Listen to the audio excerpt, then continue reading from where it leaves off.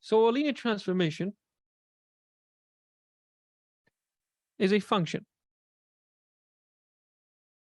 Here we're using a map notation. So f is a function that goes from Rn to Rm. Now a linear transformation can take you from R3 to R3 or R3 to R2. So you can actually go from 3 points to 2 points or 3 points to 3 points. You can change the transformations. Now a linear transformation holds, or a linear transformation is a linear transformation if these two conditions hold.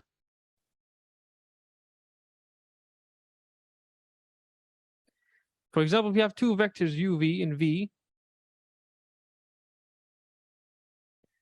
then if you take the sum of two vectors, and remember from abstract from tutorial 8, we talked about the following. Let me copy this, paste it on top. This is from the other tutorial.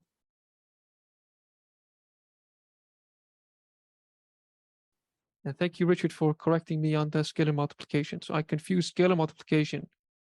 I call it matrix multiplication, where I was really referring to the dot product. Anyway, we said that the sum of two vectors will also be a third vector, which means whatever this is, let's say we get a vector W, that will also be an element in V. So it's gonna, two vectors give you a vector.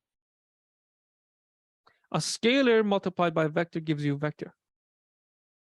And the dot product, and this is how you perform a dot product, just multiply the elements of both vectors, take their sum, and you will get the inner product. Will also be a vector.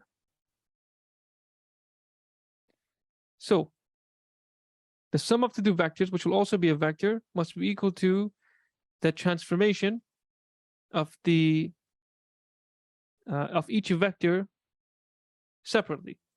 I mean, exactly what you're saying here. This condition must hold for addition, and of course, this condition for scalar multiplication must hold. So for me to elaborate, let's consider these two examples.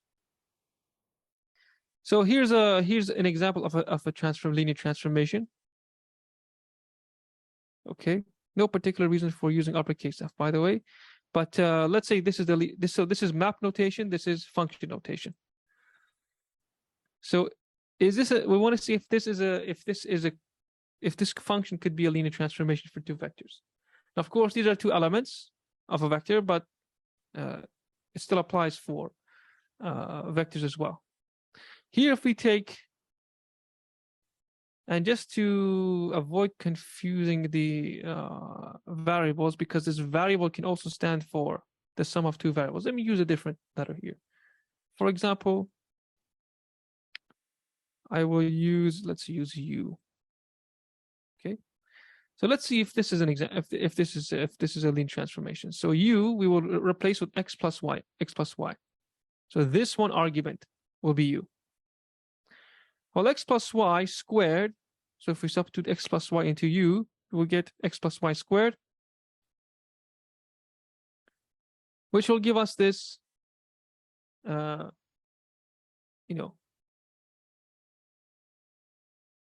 quadratic expression. Now, if we take f of x and f of y separately, f of x will give us x squared. So we replace x with u. And for y, we replace u with y. Will give us x squared plus y squared.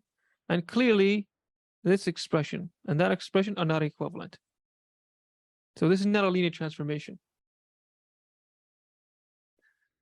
This is an example of a function that will be a linear transformation. Well, and how do you prove that? Well, you must evaluate, right? You must take x and y over 2, and then to take f of x of this value, and then f of y of this value. But anyway, if you do the algebra, you will see that they will be equivalent. So what I'm trying to say is this. G of, again, I'm going to substitute x with u just to avoid any confusion. If we would take xg of x plus y, and then we do some algebra, dot, dot, dot. If you do the algebra, it will turn out that G plus X plus G plus Y are equivalent. Now, of course,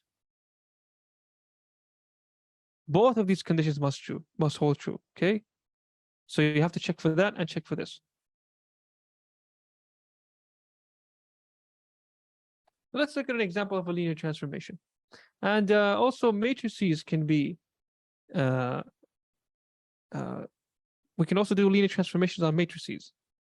So let me also add this comment.